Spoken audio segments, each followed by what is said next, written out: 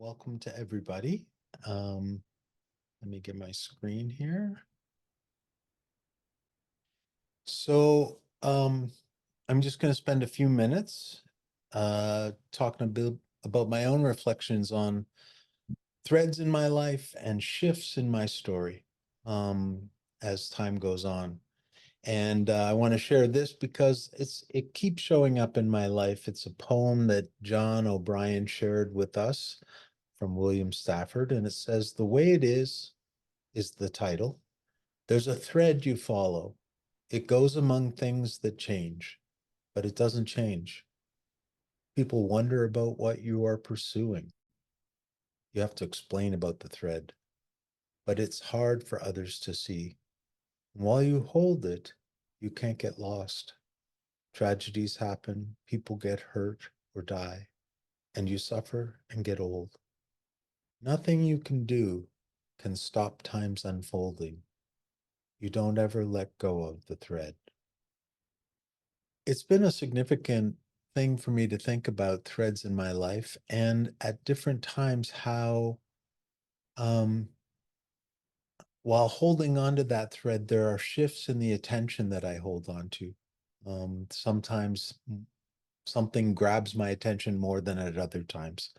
Um, but there is this thread in my life. I want to some of you already know this person, Shafik Assante, um, a wonderful man, a great teacher, an African-American community organizer from Philadelphia that I got to meet in the 1990s through Jack and Toronto Summer Institute and Marsha Forrest and Judith Snow. And Shafiq was kind of a mix of Martin Luther King and Malcolm X with a little humor tossed into the mix. But one of the things I always hold on to in the thread was that Shafiq said, "We are all born in." And it was kind of like Shafiq was reminding us that inclusion is the place we start from. And then something happens and we start to actually dismantle our original state. And that has always stayed with me, that notion that we're all born in, but we have dismantled that origin story. I want to introduce you to my cousin, Joanne. This is a picture frame because I only had one picture of Joanne and it was lost in a fire. Um, Joanne was born the same year I was in 1958, and she had cerebral palsy. Um, she did not speak with words, and she did not walk. Um, and for the first 9 years of her life, she lived at home with my aunt and uncle. And then over that 9 years, the medical people, doctors, and others leaned into convincing my aunt and uncle that Joanne should go live in an institution. And so she was sent away to an institution when we were both around 9 or 10 years old. I didn't spend a lot of time with Joanne when she was at home, but I noticed when she left and she was gone during my teen years. And what I noticed was A, she was missing, and B, my life was going on in an accepted way um, as she was going. When I was at university, our I got a message from my family telling me that Joanne had passed away. And I had this sense that there's this world that we've created. I started to see it back then when I was a kid, that we actually designed and created a world that separated people out. And it struck me that um, that world was created. It wasn't something that just naturally happened. It actually was made to be that way. Um, and so I come back to Shafiq, who would remind us that the question is not how do we prepare people to fit in, children particularly, but how do we prepare our society to receive people? And it strikes me that this is really a creative act because it's not a matter of simply finding a place to fit people into. It's actually about creating the space where people can actually belong. And it will be different because those people whom we have left out are in. And the mystery is that having those people in changes everything for all of us. And there's something missing until we figure that out. So for me, this whole notion of creativity comes out of this notion that people are created to be left out. We have designed the world so that people are left out. And the work that we face is how do we address that? So over the last year, I have been reading, and these are a couple of books that I read.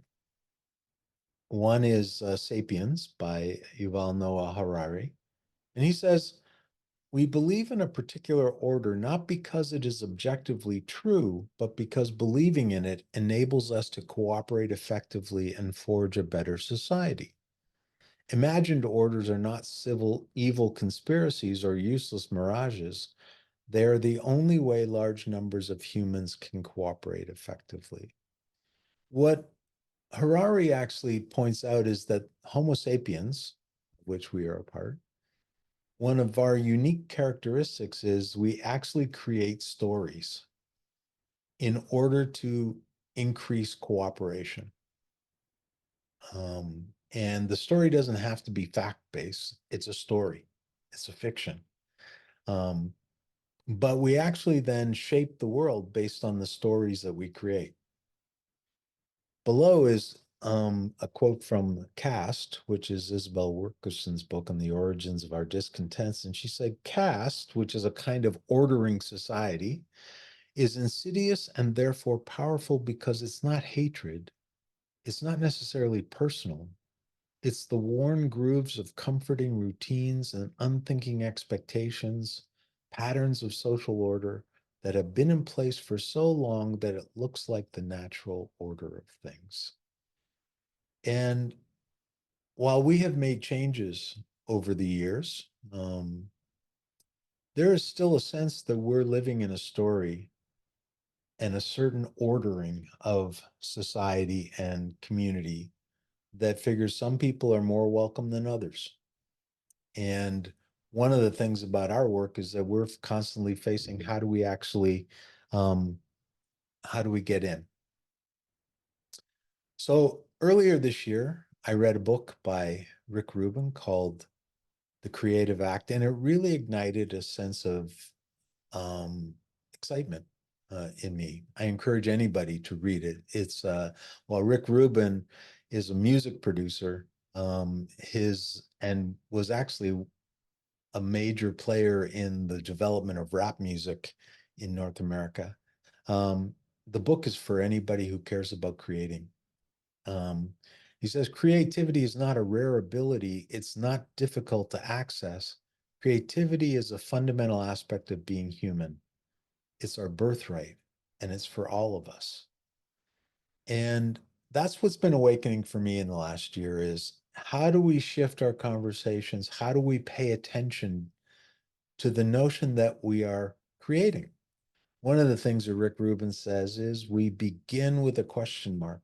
So I have no answers for what do we do about the story that we've told, that has created a world that has let some people in and put some people out, that has created tiered society with some people more valued than others. I do not know. But having that as a starting place, as a question that we hold on to, and embarking on that discovery is a creative act. And the title of Rick's book is The Creative Act, A Way of Being. And what I hope is that we actually see that there's possibility in choosing to recognize that we are creators. It's a different way of seeing ourselves. It's interesting. It actually frightens a lot of people to think of ourselves that way. And certainly when we use the word art, it actually does. But I went on to read other books in this past year. Your Brain on Art, How the Arts Transform Us, Wired to Create, Unraveling Mysteries of the Creative Mind, Creativity Rules, Get Ideas Out of Your Head and Into the World. And the thing about all these things is that they are, that's my time is up. Um, that they really get at this notion that there is a rejuvenating energy when we approach and engage in creative acts. And I would say even more so when we engage in creative acts together. And part of what I hope is that we start to figure out how do we see our work as creation? That's what we're in, is actually, we're not in social services, all that. We're actually in creation and figuring out what we're creating. And how do we see ourselves as creators and co-creators? That we actually pay attention to our life and our work as an act of creation, and therefore see ourselves as players in that role. So what I'd like you to do is to just take a minute. Oh, this just is a reminder. Part of the change of language in our experience this year from Pathfinding Outfitters to Pathfinder Studio was the idea of making a space, a studio, where it becomes a workplace for creators, people who want to actually be in the space of making and creating. And it becomes a place for learning about creation and the arts and creativity. So that's what we're hoping this experience is. So what I'd like you to do is just take 1 minute and pause to reflect, take a few breaths, and just jot down a thought or some words, random words that reflect a thread that you recognize in your life that's been with you for a long time, or a recent attention shift, a shift in the way you're thinking about things, so shift in where you're putting your attention. And that can be in your personal life and it can be in your work life. Because one of the things we learn is that those shifts that happen in part of our life affect the rest of our life. And so part of that. And then when you get into your group, you'll share how this shift in attention is impacting you and your work. So just take 30 or 60 seconds to reflect on um, words that actually say something about a shift or a thread in your life.